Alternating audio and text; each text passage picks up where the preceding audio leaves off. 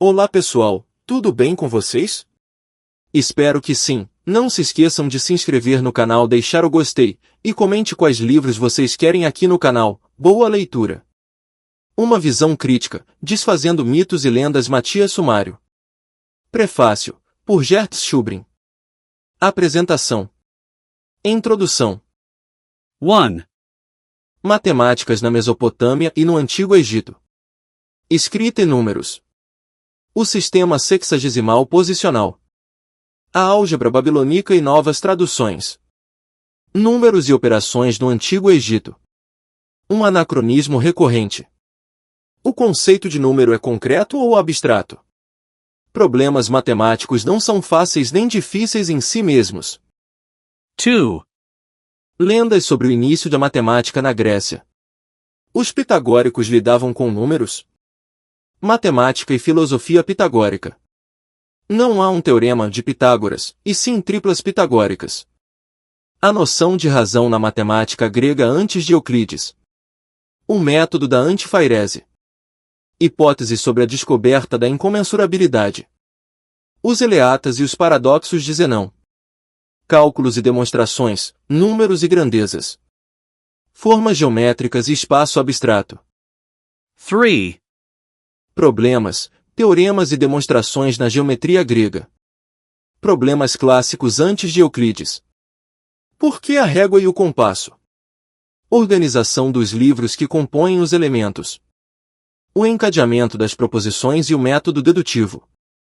Demonstração e papel do teorema de Pitágoras. Cálculo de áreas e problemas de quadratura.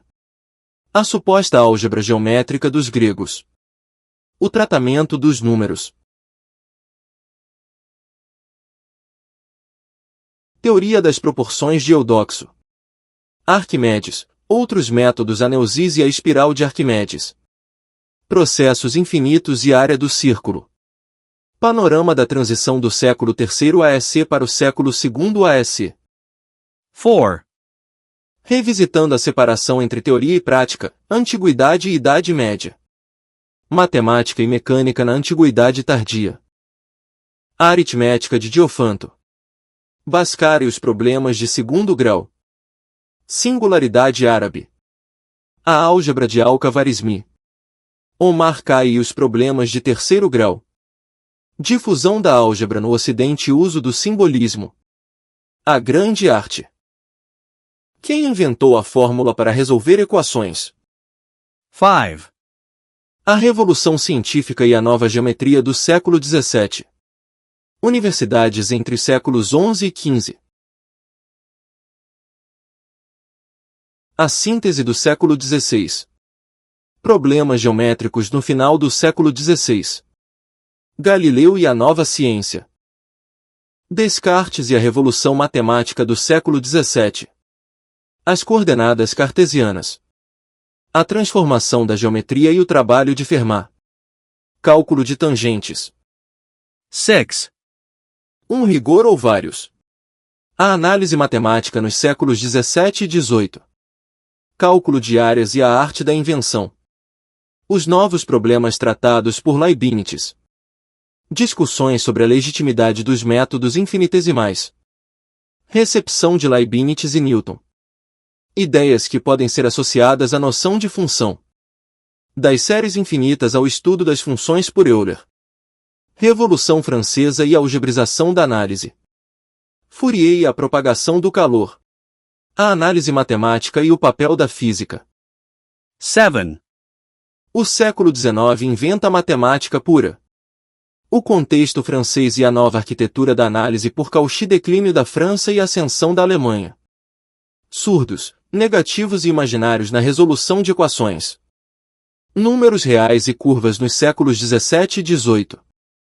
Negativos e imaginários no século XVIII. Pesa da matemática abstrata. A definição de função de Dirichlet. Caracterização dos números reais e a noção de conjunto. A abordagem dos conjuntos e a definição atual de função. Anexo, a história da matemática e sua própria história. Notas. Bibliografia. créditos das imagens. Agradecimentos. O contato e o hábito de Tlon desintegraram este mundo. Encantada com seu rigor, a humanidade esquece e torna a esquecer que é um rigor de enxadristas, não de anjos. Já penetrou nas escolas o conjetural, idioma primitivo de Tlon, o estudo de sua história harmoniosa, e cheia de episódios comoventes, já obliterou a que presidiu. Minha infância, nas memórias um passado fictício já ocupa o lugar de outro, do qual nada sabemos com certeza nem mesmo o que é falso. Foram reformadas a numismática, a farmacologia e a arqueologia. Entendo que a biologia e a matemática aguardam também seu avatar. Tlon, Ucbari Orbis Tertius, Ficções, Jorge Luiz Borges, Prefácio. Este é o primeiro livro de história geral da matemática propriamente brasileiro e resultado de pesquisa original.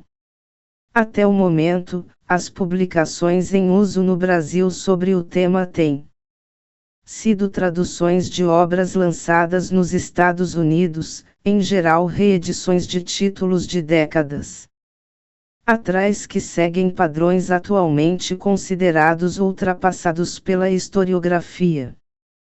Resultado de pesquisas e experiências em sala de aula realizadas por Tatiana Roque, História da Matemática já exprime bem o seu objetivo no subtítulo, uma visão crítica, desfazendo mitos e lendas. Isso significa distanciar-se do enfoque historiográfico tradicional, que se restringe à exposição das ideias dos matemáticos célebres como se elas levassem diretamente à matemática de hoje. Enfoque que se caracteriza ainda por uma descontextualização que por vezes se faz acompanhar de anedotas de caráter duvidoso, como uma tentativa de dizer que os gênios da matemática podem até agir como pessoas mortais. A partir das reflexões e dos progressos permitidos pela metodologia de pesquisa na área desenvolvida nas últimas décadas, este livro apresenta uma história da matemática profundamente contextualizada nas práticas que caracterizam o fazer matemático. Focalizando nessa nova abordagem, parte de tais práticas para revelar o significado dos conceitos matemáticos apresentados e consegue desconstruir diversos mitos e lendas tradicionalmente divulgados pela historiografia. Nessa empreitada, abrange os períodos-chave do desenvolvimento da matemática, desde a Mesopotâmia e o Antigo Egito, a Antiguidade Clássica, a Idade Média, com as contribuições dos árabes, e a Revolução Científica até o estabelecimento do rigor nas matemáticas nos séculos 17 e 18 e na matemática pura no século 19. Além do próprio objetivo de reescrever a história tradicional da matemática, este estudo distingue-se como convite para uma leitura enriquecedora devido ao estilo vivo adotado pela autora, que explica o tema proposto em cada capítulo de modo agradável e inteligível, sem trivializá-los nem torná-los mais complexos do que são. Explicações cuidadosamente elaboradas e sustentadas em exemplos facilitam o entendimento. Há de servir como valioso recurso didático para professores e estudantes do ensino médio, em particular, atingindo também um público mais amplo. Gert Schubrin, doutor em matemática com livre docência em História da Matemática, é pesquisador no Institut für Didaktik der Mathematik, Universidade de Bielefeld, Alemanha. Autor de vários livros, entre os quais Conflicts between Generalization, Rigor and Intuition, Number. Concepts underlying the development of analysis in 17th 19th century France and Germany, Springer, 2005, é editor-chefe da revista International Journal for the History of Mathematics Education e membro do Advisory Board of the International Study Group for the Relations between Pedagogy and History of Mathematics. Apresentação. Este livro se dirige aos leitores que desejam conhecer um pouco mais a história da matemática, mas também a todos aqueles que têm, ou já tiveram, vontade de aprender matemática. Muitas vezes, o contato com seus conceitos e ferramentas torna-se difícil, pois a imagem que se tem dessa disciplina é marcada por seu caráter mecânico, abstrato e formal, o que produz uma sensação de distância na maioria das pessoas. Um de nossos principais objetivos aqui é mostrar que o modo tradicional de contar a história da matemática ajudou a construir esta visão, a de que a matemática seria um saber unificado envolvendo quantidades, números ou grandezas geométricas. Quase todos os livros disponíveis em português que narram sua história seguem uma abordagem retrospectiva, que parte dos conceitos tais como os conhecemos hoje para investigar sua origem. Assim, surgem afirmações como o primeiro a descobrir esta fórmula foi o matemático X, ou este resultado já estava presente na obra de Y, ou na época de Z. Esse tipo de informação, além de ter pouca relevância, oferece uma imagem deturpada da matemática. Como se ela fosse uma ciência de conceitos prontos, dados a priori, que os povos antigos ainda não tinham descoberto ou não tinham possibilidade de conhecer. Seus resultados e ferramentas possuiriam, assim, antecedentes e precursores, personagens visionários, capazes de vislumbrar ideias que só seriam entendidas de modo preciso muito depois de seu tempo. Pode-se fazer história da matemática, essencialmente, por duas razões: para mostrar como ela se tornou o que é, ou para indicar que ela não é apenas o que nos fazem crer que é. No primeiro caso, deseja-se contar como foi construído o que se acredita ser o edifício ordenado e rigoroso que hoje chamamos de matemática.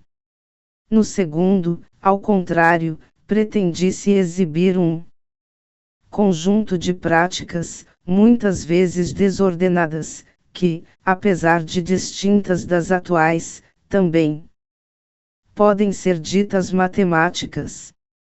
Quando encarado como uma prática múltipla e diversa, esse conhecimento se apresenta composto por ferramentas, técnicas e resultados desenvolvidos por pessoas em momentos e contextos específicos, com suas próprias razões para fazer matemática e com ideias singulares sobre o que isso significa. Neste livro analisamos, de um modo novo, alguns temas tratados pela história da matemática tradicional que, embora tenham ajudado a compor a visão dominante sobre essa disciplina, são questionados pelos historiadores atuais. Listamos e criticamos, a seguir, 3 aspectos-chave dessa visão tradicional, indicando como foram criados ou ratificados, ainda que de modo fragmentado e inconsciente, pelos relatos históricos usuais. A matemática é um saber operacional, de tipo algébrico, e tem como um de seus principais objetivos a aplicação de fórmulas prontas a problemas, muitas vezes enumerados como uma lista de problemas parecidos. Desde tempos muito antigos, povos como os babilônicos já saberiam resolver equações de segundo